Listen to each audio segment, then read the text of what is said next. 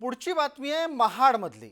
महाडमध्ये जगताप कुटुंबियांच्याकडून राष्ट्रवादी जवळ करण्यात आली आहे। थोड्याच दिवसात राष्ट्रवादीत आपण प्रवेश करू अशी स्पष्ट सूचना स्नेहल जगताप यांच्याकडून करण्यात आली आहे।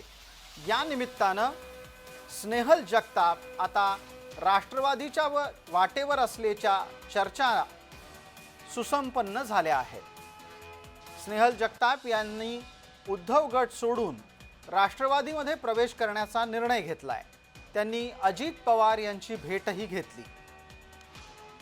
चेतन किर्दत्त आमचे सहकारी जोडले आहेत। चेतन, माझा आवाज आपल्यापर्यंत पोहोचत असेल तर पटकन सांगा, राष्ट्रवादीत अंतर्गत राजकारण घडतंय की पक्षवाढीचा प्रयत्न होतोय?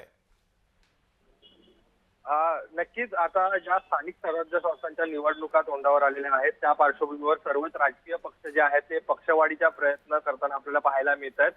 राष्ट्रवादी काँग्रेसमध्ये देखील आज एक मोठा पक्षप्रवेश जो आहे तो पार पडलेला आहे आणि पूर्वी राष्ट्रवादी, त्यानंतर भाजप, त्यानंतर शिवसेना उद्धव बाळासाहेब ठाकरे गट आणि त्यानंतर पुन्हा राष्ट्रवादी असा प्रवास करत आपण पाहिलं तर